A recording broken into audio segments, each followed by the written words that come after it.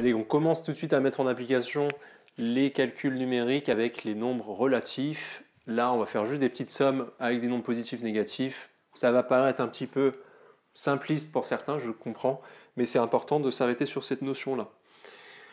Donc, la vidéo juste avant, la première vidéo d'introduction, on a vu toutes ces histoires de règles des signes avec les additions, soustractions et la règle des signes avec les multiplications, division. Okay, donc, c'est pour ça qu'il y a des parenthèses. Soustraire ça, on peut dire que c'est la même chose que 3 moins 4. Okay, le plus et le moins, on a vu que le moins l'emportait. Mais ça, c'est une... Vous vous en souvenez ce qu'on avait dit? Quand je soustrais, c'est comme une addition avec le nombre opposé de ce qu'il y a à droite là. Donc, okay, donc là, l'opposé de 4, c'est moins 4. Donc c'est une façon, autrement, c'est une autre façon d'écrire une soustraction. Okay, c'est en maths, on peut l'écrire comme ça. Donc c'est juste pour vous montrer ces cas-là, mais vous voyez qu'il n'y a rien de compliqué. 3 moins 4, c'est tout simplement moins 1. Pour ceux qui ont des difficultés, je sais que ça arrive même au lycée, on a toujours des petites difficultés sur ce genre de cas où je soustrais par un nombre qui est plus grand à droite. D'accord? Moi, ma façon de faire, c'est que je prends toujours le nombre le plus grand et je soustrais par le plus petit.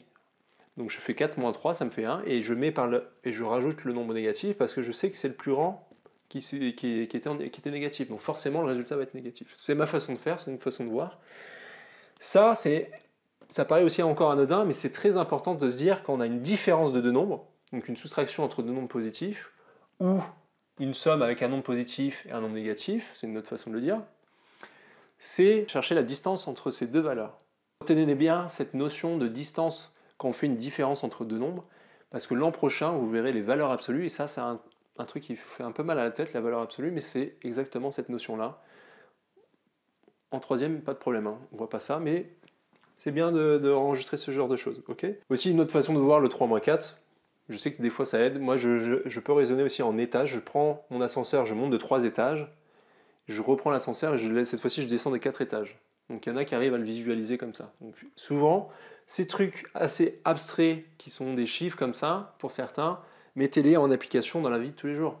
Je prends 3 œufs, je t'en retire 4, ah ben forcément j'en ai moins 1. Allez, on en continue, bah là, moins 7 plus moins 3, on a vu que additionner un nombre négatif, c'est comme le soustraire, donc c'est moins 7, moins 3. Là, les deux sont négatifs, donc je peux les additionner si je peux me dire ça, et ça me fait 10, et comme les deux sont négatifs, ça fait moins 10. D'accord? Moins 2, alors ça c'est intéressant, c'est là on commence à avoir du moins quelque chose. Okay, donc la règle des signes, on a vu tout à l'heure, quand on soustrait un nombre négatif, il devient positif. Super. Donc j'ai 2 plus 9. Ça me fait 11. Ça marche? Faites les exercices sur le côté. Mettez ça en application, ça a l'air très simple, je sais, mais souvent, c'est là où il y a le piège. C'est là où on fait des petites erreurs en maths, c'est quand on se dit c'est maîtrisé, et c'est là où on se casse les dents.